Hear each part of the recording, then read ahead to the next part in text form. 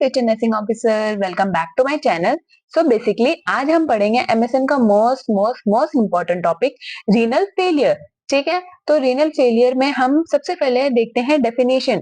Renal failure is the failure of kidney to carry out all the function that is necessary for human body for survival, like formation of urine, excretion of metabolic waste, formation of hormone, maintain fluid electrolytes and pH and blood pressure. मतलब कि renal failure में हमारी kidney क्या करती है, बहुत सारे function को कैरीड आउट करती है।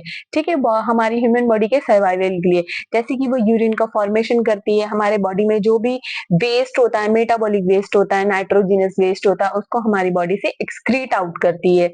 ठीक है, बहुत सारे हॉर्मोन्स हैं, उसका फॉर्मेशन करती है, हमारे बॉडी में जो फ्लूइड है और इलेक्ट्रोलाइट्स है उसको मेंटेन करके रखती है कि कितना फ्लूइड बॉडी में रिटेन होना चाहिए और कितना एक्सक्रीट आउट होना चाहिए, कौन सा इलेक्ट्रोलाइट सुटेबल है। मतलब कि कभी कदार जो होता है ना कि एक्सेसिव हो गया है वो इलेक्ट्रोलाइट, तो किडनी क्या करती है, उन सारी चीजों को बैलेंस बना के रखती है।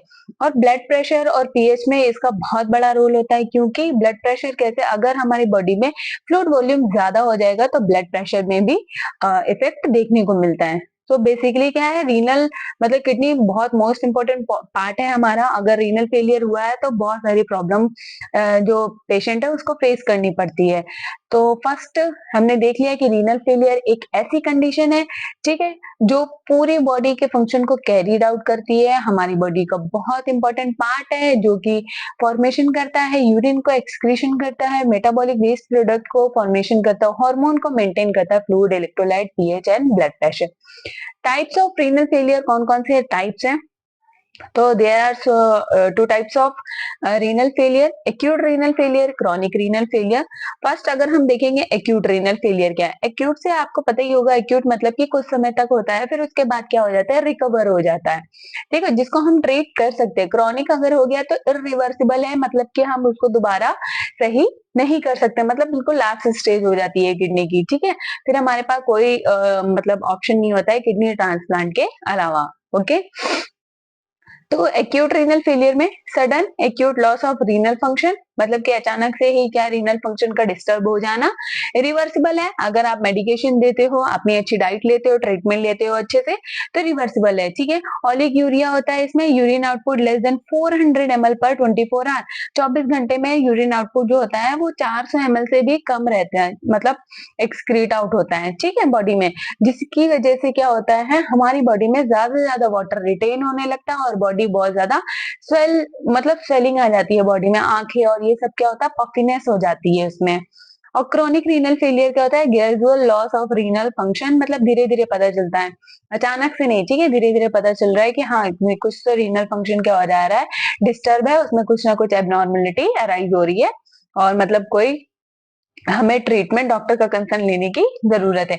इरिवर्सिबल इसलिए कहेंगे क्योंकि क्रॉनिक हो गई है, एंड स्टेज पे आ गई है, अभी उसमें अगर हम बस ट्रीटमेंट ले रहे हैं, ठीक है, लेकिन किडनी डैमेज हो चुकी है पूरी तरीके से, तो किडनी ट्रांसप्लांट के अलावा हमारे पास कोई भी ऑप्शन नहीं है। ठीक है, एन्यूरिया ए इसलिए ए मतलब एब्सेंस होता है, तो मतलब ये एब्सेंस ऑफ यूरिन ही बोलेंगे कि लेस देन 100 ml पर 24 आवर, मतलब कि नॉर्मल अगर हमारा मतलब यूरिन आउटपुट होना चाहिए, जितना हम इनटेक कर रहे हैं वाटर, ठीक है, उसके हिसाब से अगर आउटपुट नहीं है, मीन्स कि आपकी किडनी फंक्शन प्रॉपरली नहीं कर रही है। ठीक है, तो कॉजेस क्या है इसके, थ्री टाइप्स ऑफ कॉज है। First one is post pre renal cause, second renal cause and third one is post renal cause.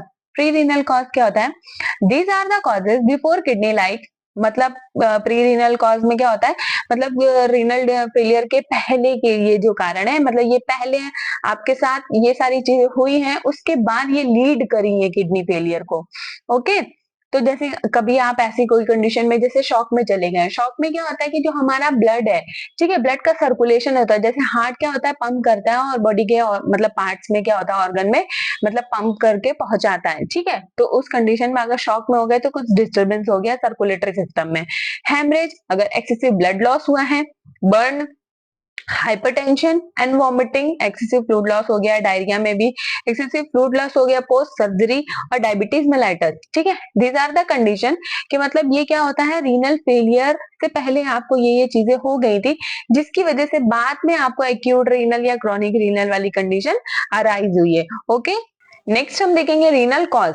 तो एक्यूट रीनल कॉज क्या है, जैसे कि एग्जैक्टली रीनल कॉज ये इसलिए बोल रहे हैं कि मतलब किडनी का ही ये प्रॉब्लम है, ठीक है। तो किडनी में क्या क्या प्रॉब्लम हो सकती है, जैसे एक्यूट ट्यूबुलर नेक्रोसिस, ग्लोमेरुलोनेफ्राइटिस, ठीक है। एक्यूट ट्यूबुलर नेक्रोसिस इसलिए ये बोल रहे हैं क्योंकि एक्यूट ट्यूबुलर नेक्रोसिस इसलिए क्योंकि जो ट्यूब्यूल्स होते हैं, ठीक है, वो नेक्रोटाइज हो गए, जिसकी वजह से फिल्ट्रेशन में प्रॉब्लम अराइज हो रही है। ग्लोमेरुलोनेफ्राइटिस में मतलब कि ग्लोमेरुलस में फिल्ट्रेशन में प्रॉब्लम हो रही है, ये अलग से एक डिसीज कंडीशन है जिसको मैं आपको एक्सप्लेन करूंगी आगे, जिसमें ग्लोमेरुलस में फिल्ट्रेशन में प्रॉब्लम होती है किसी बैक्टीरियल इन्फेक्शन की वजह से। Okay, next nephrotic syndrome. Nephrotic syndrome में क्या है कि जैसे कि जो नेफ्रॉन्स होते हैं, ठीक है, जो कि फिल्टर करते हैं, मेन पार्ट है जिसे हम यूनिट ऑफ किडनी, किडनी की यूनिट भी बोलते हैं, ठीक है। उसमें मतलब कुछ इन्फेक्शन ऐसे फिल्ट्रेशन में एबनॉर्मल चीजें देखने को मिलती हैं। और नेफ्रोटिक सिंड्रोम में क्या होता है, जो एक्सेसिव मतलब हमारी बॉडी से जो इलेक्ट्रोलाइट्स है ना, उसमें से मेन अगर नेफ्रोटिक सिंड्रोम का मतलब कार्डिनल देखें कि कौन सा है, तो प्रोटीन यूरिया, एक्सेसिव जो प्रोटीन है बॉडी से लॉस होने लगता है, ठीक है। नेक्स्ट ये सारी कंडीशन मैं आपको आगे पढ़ाऊंगी।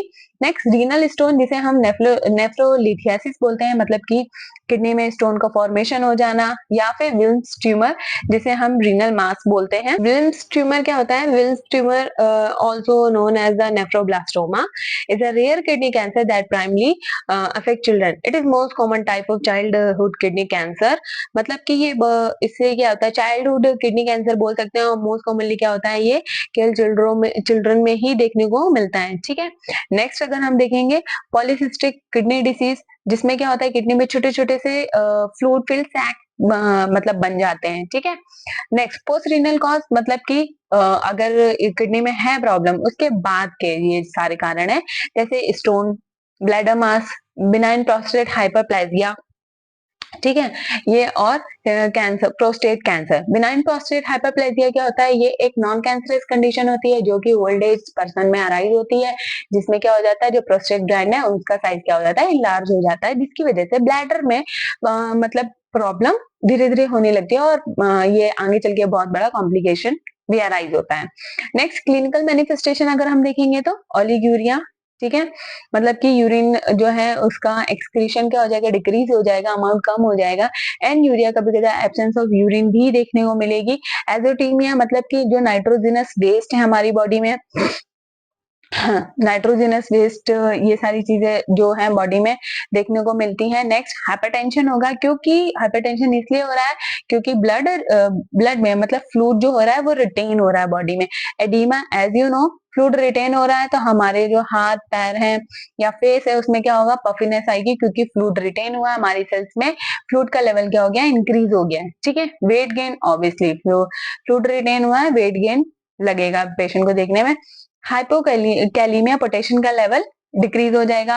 हाइपोकैल्शीमिया, क्योंकि कैल्शियम का लेवल भी डिक्रीज हो जाएगा। एनीमिया, लैक ऑफ एरिथ्रोपोइटिन, ठीक है, क्योंकि एरिथ्रोपोइटिन नहीं बनेगा तो एरिथ्रोसाइट्स नहीं बनेंगी, जो कि हमारी आरबीसीज होती हैं, ठीक है, जिसकी वजह से एनीमिया हो जाएगा पेशेंट को।